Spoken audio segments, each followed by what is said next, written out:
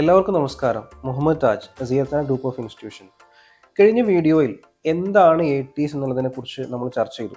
ആ വീഡിയോ കാണാത്തവരാണെങ്കിൽ ആ വീഡിയോൻ്റെ ലിങ്ക് ഞാൻ ഈ ഡിസ്ക്രിപ്ഷൻ ബോക്സിൽ കൊടുക്കുന്നുണ്ട്. തീർച്ചയായും ആ വീഡിയോ പോയി കാണണം. ഇന്നത്തെ ഈ ഒരു വീഡിയോയിൽ നമ്മൾ ചർച്ച ചെയ്യുന്നത് എങ്ങനെയാണ് ATS പ്രവർത്തിക്കുന്നത് എന്നതിനെക്കുറിച്ചാണ്.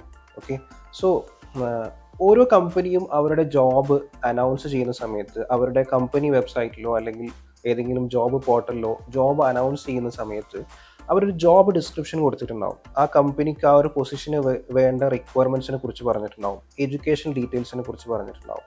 ഓക്കെ, ഇങ്ങനെയുള്ള റിക്വയർമെൻറ്റ്സ് നിങ്ങളുടെ CV-യുമായിട്ട് മാച്ച് ചെയ്തിട്ട് ഒരു മാച്ച് സ്കോർ ക്രിയേറ്റ് ചെയ്യുക എന്നുള്ളതാണ് ATS ചെയ്യുന്നത്.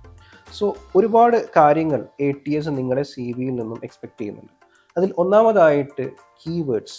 ഓക്കെ, അതായത് ജോബ് ഡിസ്ക്രിപ്ഷനിൽ കൊടുത്തിട്ടുള്ള ചില കീവേഡ്സ് നിങ്ങളുടെ CV-യിലും അതേപോലെ തന്നെ, ഫോർ എക്സാമ്പിൾ ഹാർഡ് സ്കിൽസ്, നിങ്ങളുടെ soft skills. Okay, for example നിങ്ങളൊരു QS ആയിട്ട് അപേക്ഷിക്കുന്ന ഒരു വ്യക്തിയാണെങ്കിൽ, ഓക്കെ, ക്വാണ്ടിറ്റി സർവേർ ആയിട്ട് അപേക്ഷിക്കുന്ന വ്യക്തിയാണെങ്കിൽ, ക്വാണ്ടിറ്റി സർവേ കമ്പനിയുടെ റിക്വയർമെൻറ്റ് പോസ്റ്റ് കോൺട്രാക്ട് എക്സ്പീരിയൻസ് ആണെങ്കിൽ, ഓക്കെ, നിങ്ങളുടെ CV-യിലും പോസ്റ്റ് കോൺട്രാക്ട് എന്ന് പറഞ്ഞൊരു ടേം നിങ്ങൾ യൂസ് ചെയ്യണം. ഓക്കെ, സൈറ്റ് എക്സ്പീരിയൻസ് എന്നാണ് ശരിക്കും പോസ്റ്റ് കോൺട്രാക്ട് എന്ന് ഉദ്ദേശിക്കുന്നത്.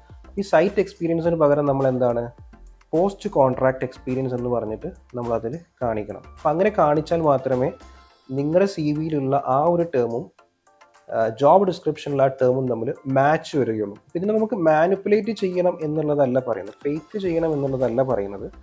നിങ്ങൾ അതിനെ എക്സ്പ്രസ് ചെയ്യുന്ന രീതി എന്താണോ ജോബ് ഡിസ്ക്രിപ്ഷനിൽ കൊടുത്തിട്ടുള്ളത് ആ രീതിയിൽ തന്നെ ആയിരിക്കണം. സോ നിങ്ങളൊരു സിവിൽ എഞ്ചിനീയർ ആണ്, മൾട്ടിപ്പിൾ ടാലൻ്റ് ഉള്ളൊരു വ്യക്തിയാണ്. ഫോർ എക്സാമ്പിൾ നിങ്ങൾ പ്ലാനിങ് എഞ്ചിനീയർ ആണ്, QS ആണ്, നിങ്ങൾ സൈറ്റ് എഞ്ചിനീയർ അറിയാം. അപ്പോൾ ഇത്രയും വിഷയങ്ങൾ അറിയാമെങ്കിൽ ഡിഫറെൻറ്റ് CV നിങ്ങൾ ക്രിയേറ്റ് ചെയ്യണം. ഓക്കെ, എന്നുള്ളതാണ് പറഞ്ഞു വരുന്നത്.